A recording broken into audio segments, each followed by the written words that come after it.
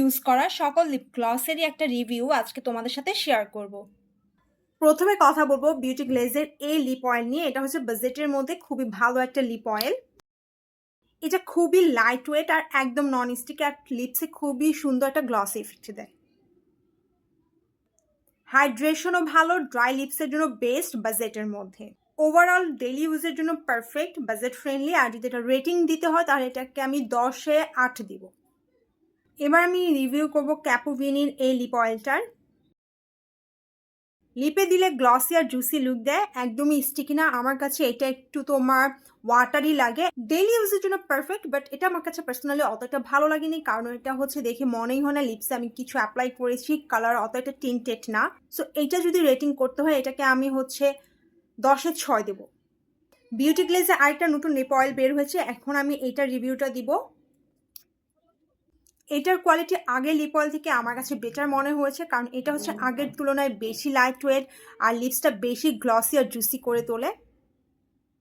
Just দেখো কত সুন্দর গ্লসি আর জুসি লাগছে লিপসটা। একদম দূর থেকেও লিপসটা খুবই মনে হচ্ছে আমি অনেক ব্র্যান্ডের দামি কোনো লিপ অয়েল বা গ্লস ইউজ করেছি, এমন এফেক্ট দেয়। এইটাকে যদি রেটিং করতে হয় এটাকে আমি 10-এ 10 দিব। এবার আমার ফোর্থ রিভিউ থাকছে হচ্ছে এথিরিয়ালের এই লিপ অয়েলটার উপর। এটা হচ্ছে তোমার একটা স্টেইনিং লিপ অয়েল। তোমার ওদের যে রিভিউ ভিডিও আছে, রিভিউ ভিডিওতে যেভাবে দেখায় যে লিপে অ্যাপ্লাই করার 2 মিনিট পরই একদম পিঙ্ক হয়ে যাচ্ছে, কিন্তু না, এটা এমন না। একদম খুবই লাইট ওয়েট একটা পিঙ্ক দেয়। আমার কাছে এটা হচ্ছে তোমার প্রাইস অনুযায়ী অতটা অতীত মনে হয় না। আমার কাছে মনে হচ্ছে যে এইটার তুলনায় বিউটি গ্লেজের লিপ অয়েলগুলোর প্রাইস অনুযায়ী খুবই ভালো। প্রাইসটা একটু বেশি, প্রায় 650 টাকা। সো এই প্রাইসের মধ্যে আমার কাছে এই লিপ অয়েলটা এত একটা তোমার উসুল করার মতো লিপ অয়েল মনে হয় না। এটাকে যদি আমার রেটিং করতে হয় তাহলে এটাকে আমি 10-এ 7 দিব।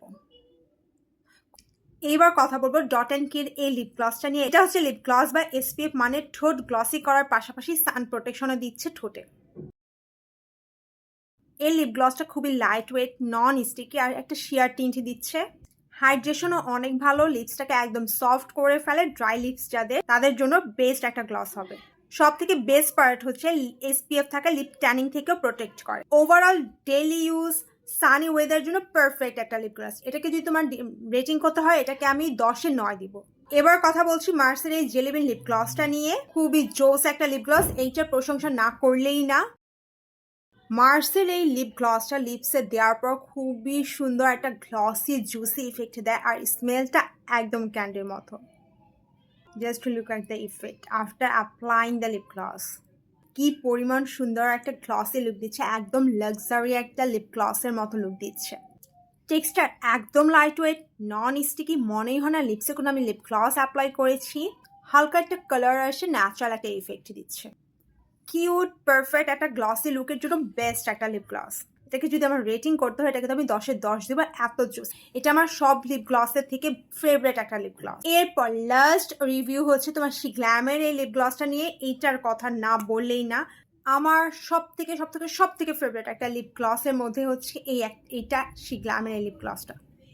কত সুন্দর একটা টিন্টের পাশাপাশি সুন্দর একটা গ্লসি লুক দিচ্ছে। এখন লুকটা পুরো চেঞ্জ হয়ে যাচ্ছে একটা লিপ গ্লসের জন্য।